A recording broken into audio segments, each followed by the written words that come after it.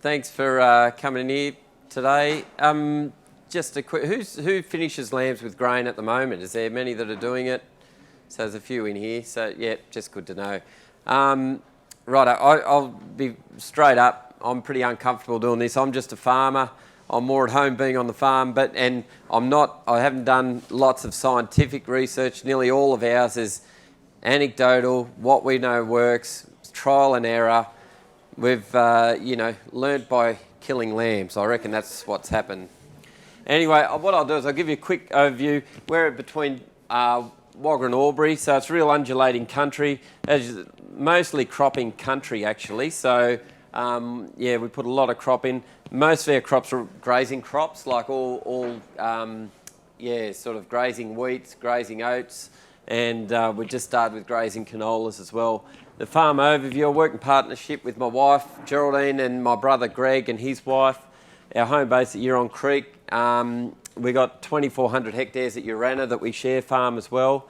And we all up, there's nearly 6,500 to 7,000 hectares of country that we own, share farm, manage, and lease. So it's a very dynamic sort of setup that we've got.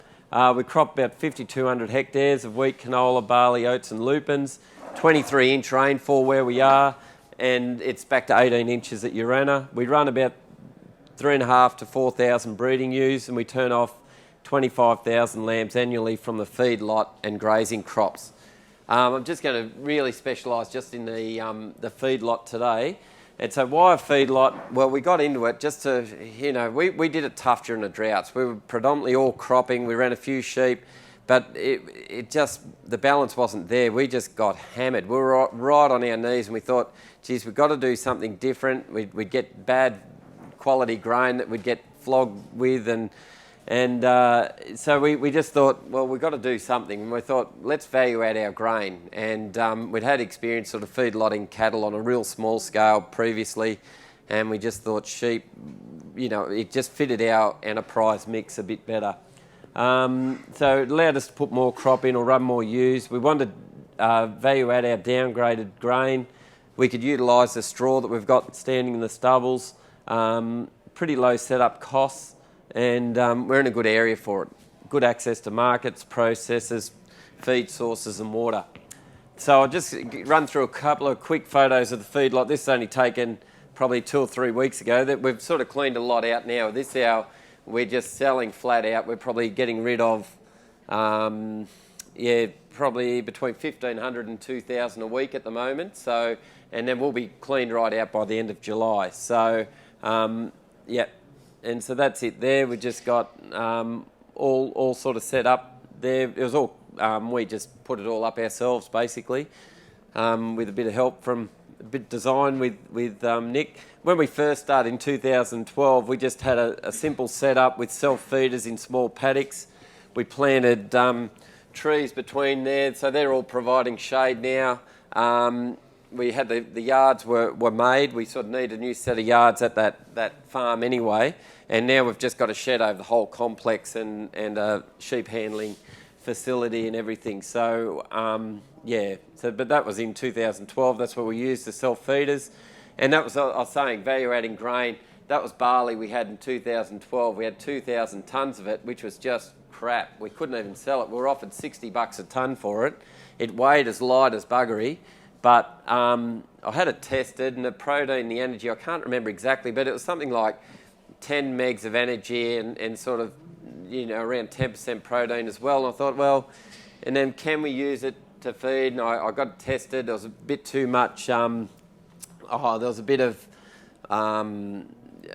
it started to go off a little bit sort of thing, like it stunk, but they said it'll be fine provided you mixed in with some other grains. So we just started mixing in with some decent barley, some lupins, and we had some pellets that we were putting in as a buffer. And that was the eye-opener for me. It was like we turned that grain from $60 a tonne into $300 a tonne grain, and I thought, geez, this is what we want to do. We don't want to be just ripped off as cropping farmers, just being price takers. If we can convert it into something, it's really good. So that's our setup now. We went away from self-feeders into a line feeding system. The only way you can do that is with pretty big numbers. It's a lot more intensive.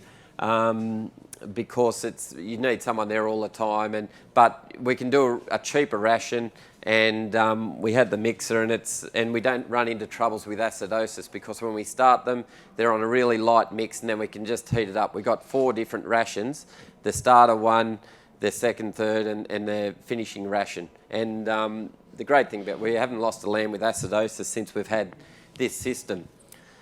So that's looking back down. I said the last session, it is my happy place. I just go up here on the motorbike, sit in that spot, tell the dog to shut up, turn the motorbike off, and listening to lambs eat. They're crunching away. It's just music to my ears. And my wife reckons I've got a few little issues, but she just doesn't quite understand what, but it is, I just love it. Like, it's when they're all looking good and they're all got their heads through, and it's a real satisfaction thing for me. I just really enjoy it. So that's just the ration there. Feeding out, that's the finished ration. You can see there's not a lot of hay in there at all. So, yep. And then that's just our sheep handling. Weighing's just massively important for us. We weigh everything, and most of ours, nearly 80% of ours, normally go to Woolworths, so they're pretty strict on their specs. I say that pretty loosely. We've had a lot that we've grown right out because the export job's been good. That's just the mixer. We put hay in there at about 10%. I've got the ration later on anyway, I'll show you, our finishing ration. And then it's just barley, lupins, and we use a molliphos additive. That's the only thing we buy in. Everything else we produce on the farm. And so, as I said, we can produce it really quick, or really cheaply. See, but if we had to buy it all in, you lose a lot with transport costs and handling. You don't know what you've got as well. So it's value adding our own product. I did a Nuffield scholarship in 2012. It was probably the best thing I've ever done, like just for the farm and my own, have been able to have a crack. You got some really interesting people you meet along the way. And I was looking at lamb feedlots. The main findings were there's no rocket science. Lamb's a niche product, always will be. Do a cost analysis when you grain finish lambs. There's massive variabilities with feed conversion efficiency in lambs. If we could work out a gene that you knew exactly what lambs were going to convert well and what wasn't, then that'd be great. Feedlot lambs are more efficient with self-feeders than on a total mixed ration. So self-feeders are actually still more efficient. The only problem I find with them is I can do the ration cheaper with my total mixed ration, and plus I don't run the risk of acidosis. So because you're combining your straw in your cereal hay and your roughage in as you're going. So feed them whole grain, don't have to roll it, you don't have to ground it or anything like that. So that's the beauty of them as well. They're great converters. They're really good at converting. And then just getting everything right, the little things right, your protein, energy, and your vitamin, mineral requirements, and just getting that 10 to 11 megs and 14 to 16 of protein is pretty well in the sweet spot. So I've just got tips for success. I just asked me to provide what my tips for success. I've just got prior to starting and once you've got lambs in. And these are just ones I was sort of thinking of. Just weigh up whether you're a breeder or a finisher. Like, I know a lot of people in Victoria, they're a grass-based system.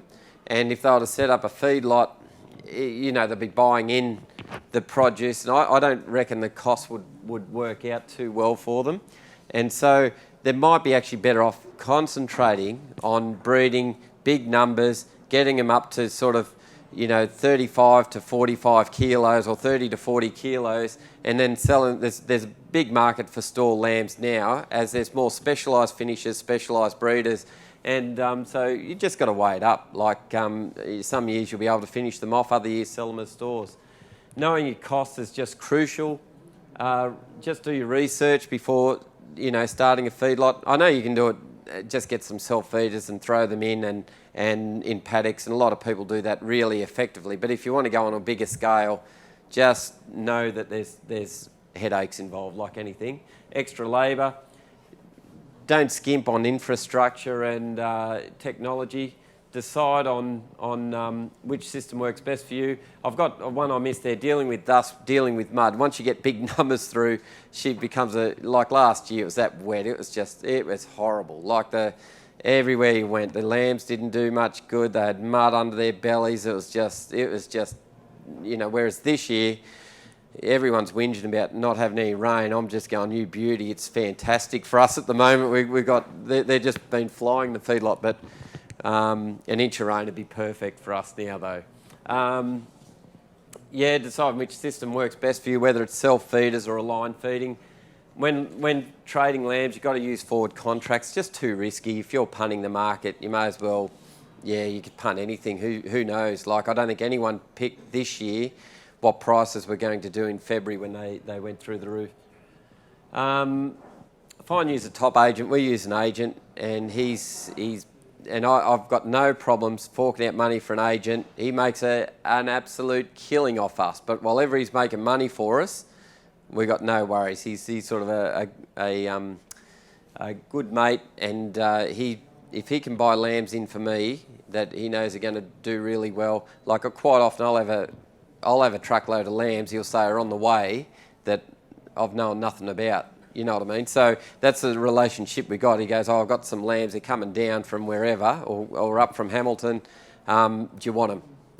And he's pretty spot on. Focus on dollars of feed cost per kilogram live weight.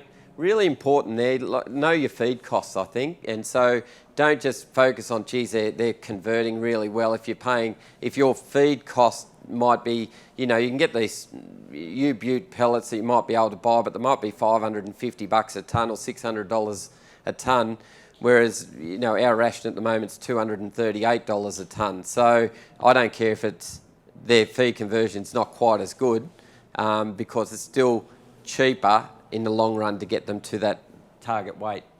Value adding your own feed, if you've got it, that's still your best bet rather than buying in. And don't assume it'll just make a quick buck. It's like anything. It's ongoing.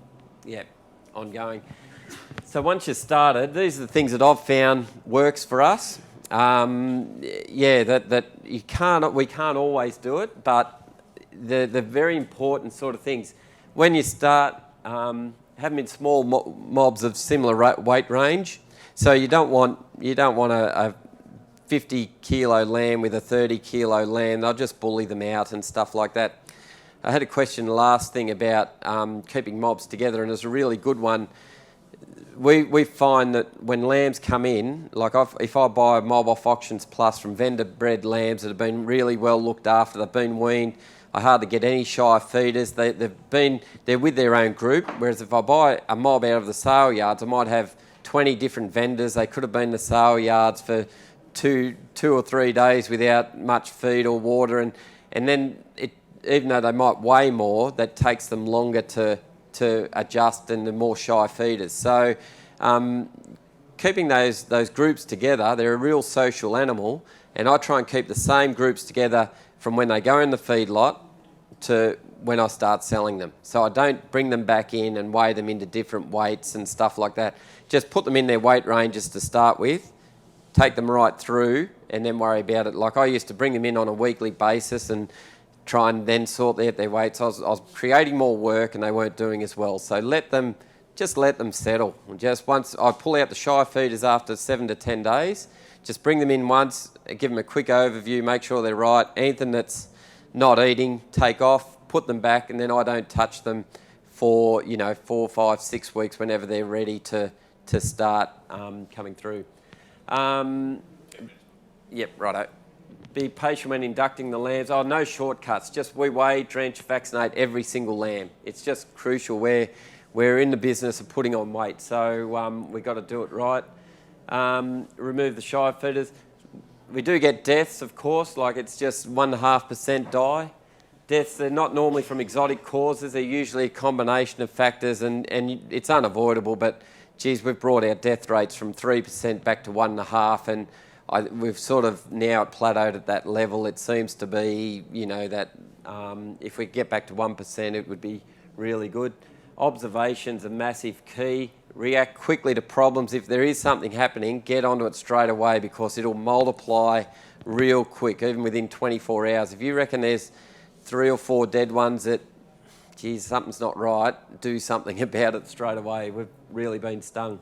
Clean, cool water, feed test all your feed. Just don't assume that, that's what I said, Nick and I, we got caught out doing a trial. We were, lambs, they just weren't putting on much weight. And I said, oh, no, well, the grain. He said, have you feed tested it? And I said, oh, no, but I know it's, the protein's 11%. And anyway, we got a feed test, well, miles off. And so once we fixed that up, it was a good lesson for me. Like, so whenever I get grain in, even our own grain, I know what the energy and the protein is.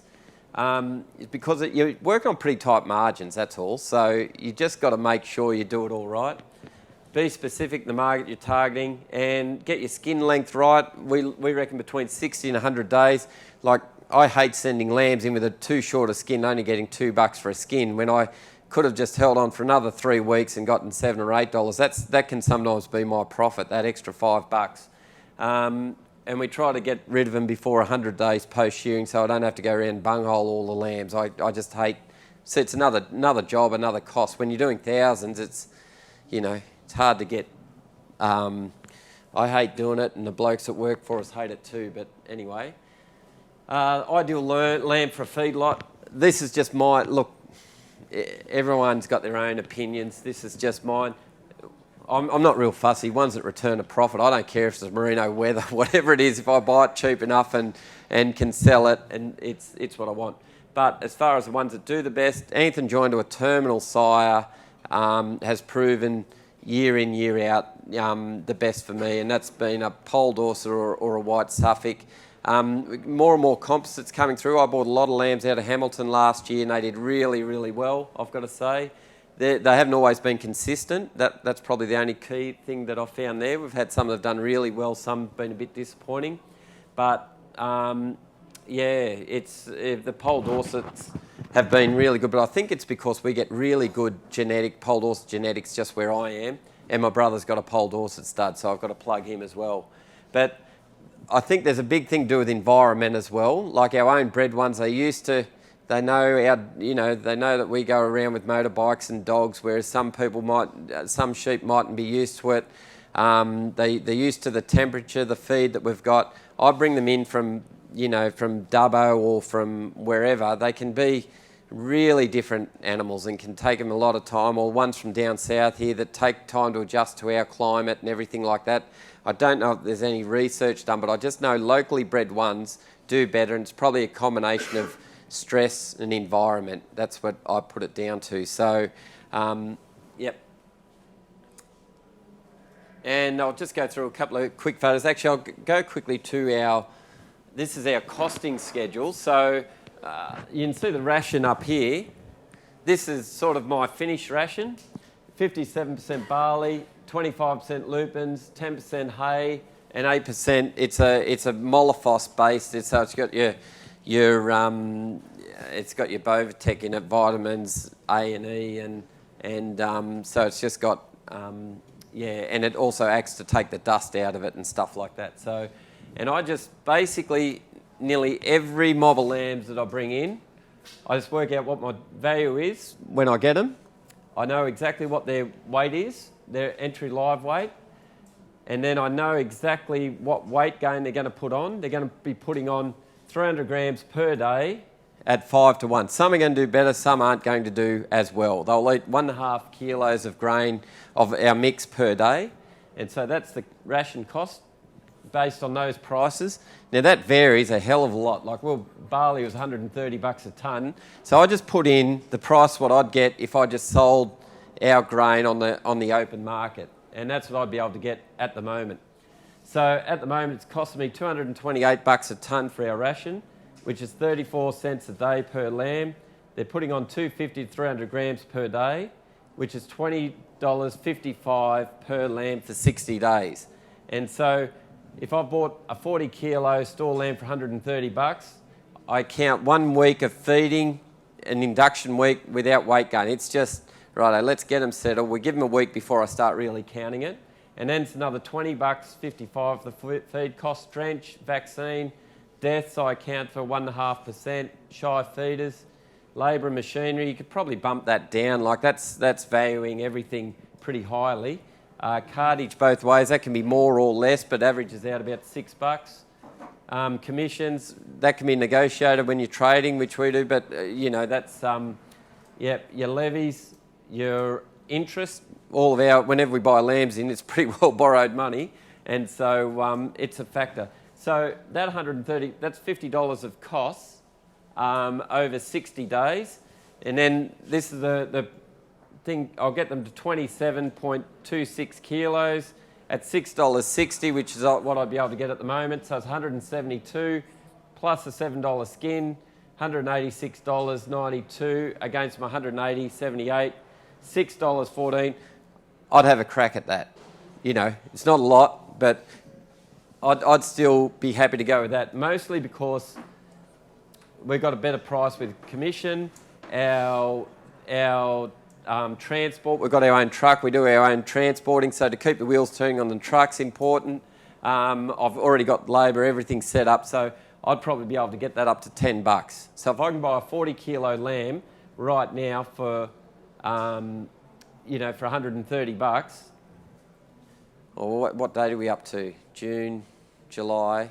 No, I wouldn't do it now because there's no contracts in 2 months' time. You know what I mean? So, I wouldn't be able to get $6.60 in another 60 days. So, and that's what I do. We're talking with Woolworths every week. So what can you give me in 2 months from now? What can you give me? And we got contracts till the end of August, but then she's no show because they can just buy me out of the sale yards, dime a dozen. So we just go from December through to August, and then we just shut up shop. So we haven't bought a lamb now for a couple of months, so I might be off the market. I'm not even following it just right now to buy in because I just, we closed it down. So anyway, any questions there? There's definitely, our dressing at the moment, and I still reckon different abattoirs will give you different results. They say it won't. I guarantee I've got lambs getting killed at Junee at the moment. They're coming back 50%, week in, week out. It's unbelievable. I send them once to Tatura, identical lambs. They're coming out at 49%. I send them to other places. They're 48, 47%. A lot this time of year for us, they're yielding unbelievably. If they've been on the feedlot for more than 6 weeks, we find that the yield is cherry ripe. If they've only been on for a short period of time, they're down to your 46s and stuff like that. But once they're in that right now, a lot of them have been on for over 60 days, they're yielding unbelievably. Look, I honestly don't do a lot of merinos through the feedlot. I have done, but I can't sell them to Woolworths, and most of ours are going to Woolworths. So, they're definitely not yielded. The ones that I have done, I can't remember exactly. So. But it would have been, I reckon 45 to 46 might have been, so yeah. Yeah, look, I like to shear all of our own. Basically, we lamb in August.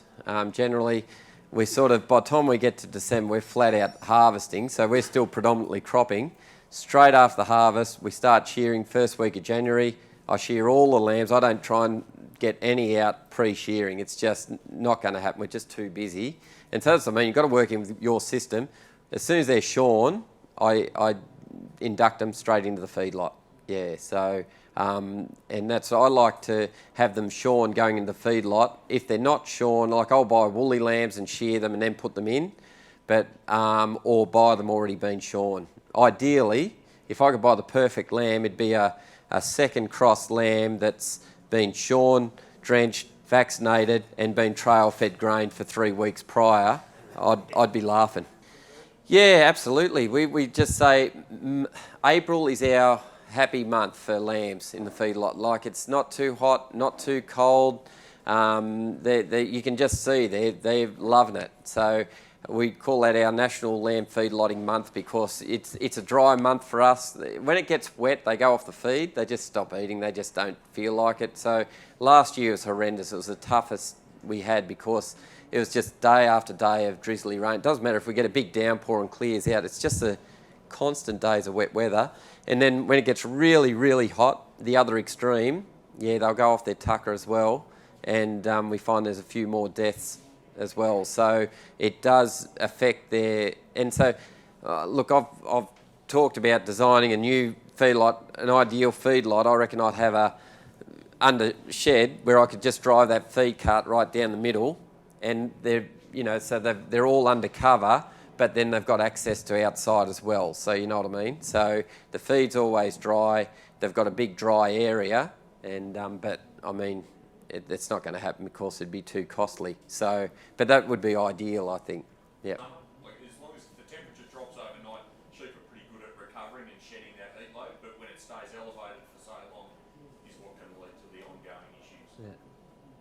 Yeah, the likes of that, you can see that was in summer. You know, not a lot of feed around the paddocks, and just being able to have them confined and putting on a pair of feed, you know, weight. It's just, yeah, really good. So that's it.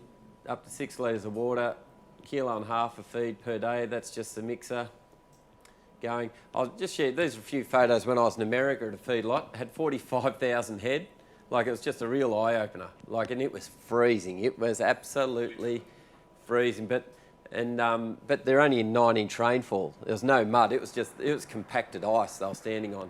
And that's where I got the idea. Gee, it's a pretty simple setup. I still reckon if we had to set up like that, every lamb would be out in the laneway. I don't know. Yeah. And they just had no environmental problems. That was a real busy highway along there, and yet it didn't worry them. That was a 100,000 head feedlot. Like, mind-blowing, absolutely mind-blowing. Yeah, and the ugliest looking sheep you'd ever see. But in America, they grow them out to 50 kilos carcass weight. No worries at all. You see that? That's a 110 pound, that one hanging up there. We thought we thought we're in a bloody cattle labs watching Viola's getting... Everything's bigger. Yeah, so, and then that was in France, so they were putting on, 1 month of age, they were going into a feedlot. They were a milk breed, so...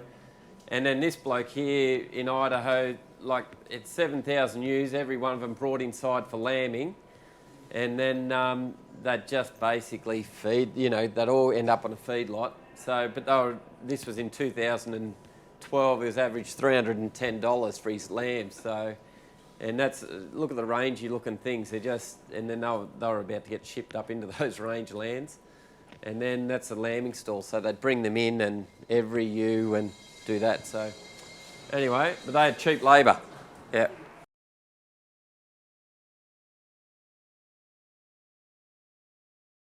Authorised by Victorian Government, 1 Treasury Place, Melbourne.